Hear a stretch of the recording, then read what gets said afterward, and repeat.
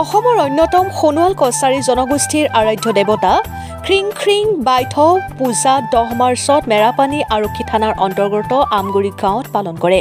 5 শতাধিক সোণোৱাল কছাৰীৰ ৰাইজ উপস্থিত থকা জনগোষ্ঠীটোৰ পূজাত ৰাজগুৰুৰ দায়িত্ব পালন কৰে লীলা সোণোৱালে। অসমৰ সফল চৰকাৰী অধিবক্তা ৰম্যৰাজ সোণোৱাল, জনগোষ্ঠীটোৰ আগশাৰীৰ যুৱক হেমেন সোণোৱাল, সঞ্জু সোণোৱাল, ৰন্তু সোণোৱাল, লক্ষ্মীনাৰায়ণ সোণোৱাল, লক্ষীধৰ সোণোৱাল, বিমল সোণোৱাল, দীপেন সোণোৱাল, কমল সোণোৱাল আদি উপস্থিত আছিল। অসমত সকলো জাতি জনগোষ্ঠীৰ মাজত মিলা প্ৰীতি শান্তি প্ৰতিষ্ঠা কৰিবলৈ বাইথ পূজাৰ যোগেদি জনগোষ্ঠীটোৰ সকলো ৰাইজে আশা প্ৰকাশ কৰে।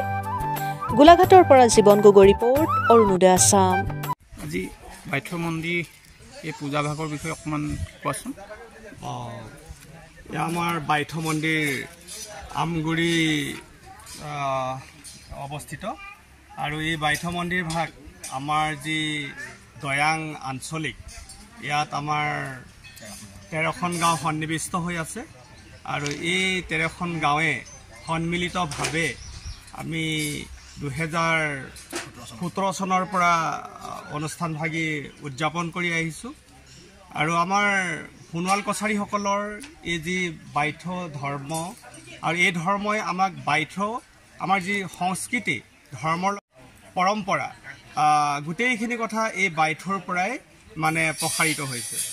এতিয়া আপুনি দেখিছে আমাৰ এই পূজাভাগিত যে দুখন চাকি জ্বলোৱা আছে, এখন পুৰুষৰ কাৰণে জ্বলাইছে আৰু এখন প্ৰকৃতিৰ কাৰণে জ্বলাইছে। পুৰুষ আৰু প্ৰকৃতি, আৰু পুৰুষৰ চাকি গছতো মানে 4ডাল শলিতা জ্বলি আছে আৰু প্ৰকৃতিৰ চাকিখনতো 4ডাল শলিতা জ্বলি আছে।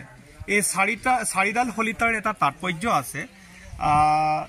মানে আমাৰ যি জীৱকুল উৰণ, বুৰণ, গজন, ভ্ৰমণ, এই 4মুঠি জীৱৰ কল্যাণৰ হকে, বছৰটোৰ কল্যাণৰ হকে আমি এই সোণোৱাল কছাৰী সম্প্ৰদায়ে তেখেতক মানে এইটো হেৰি নমোৱা বুলি কয়, দেও নমোৱা। কালি দেও নমোৱা পৰ্ব হ'ল আৰু আজি আমাৰ ৰাইজে ইয়াত চাকি বন্তি জ্বলাইছে।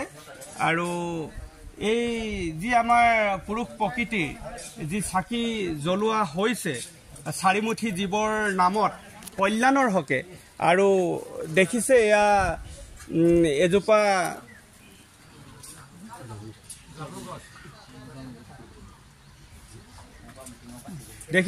আমাৰ জামুক গছ। জামুক গছ আমাৰ সোণোৱালসকলৰ খুব পবিত্ৰ গছ, আৰু জামুক গছৰ তলতে এনেকৈ পূজাভাগ কৰা হয়। আৰু যেতিয়া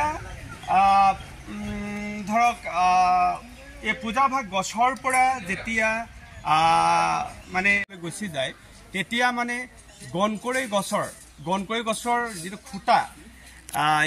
খুঁটা স্তম্ভ আকাৰে এই পোতা হয় আৰু ওপৰ ভাগটো কলডিল আকৃতিৰ হয়।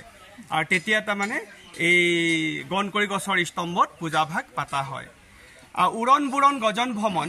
উৰণ মানেতো জানেই যে উৰণ মানে আমাৰ যিবিলাক উৰিব পৰা পক্ষী, আৰু বুৰণ মানে হ'ল যিবিলাক পানীত থকা জীৱকুল, আৰু গজন মানে হ'ল আৰু উদ্ভিদকে ধৰি যিবিলাক আছে, এই যিমান বনজ আছে।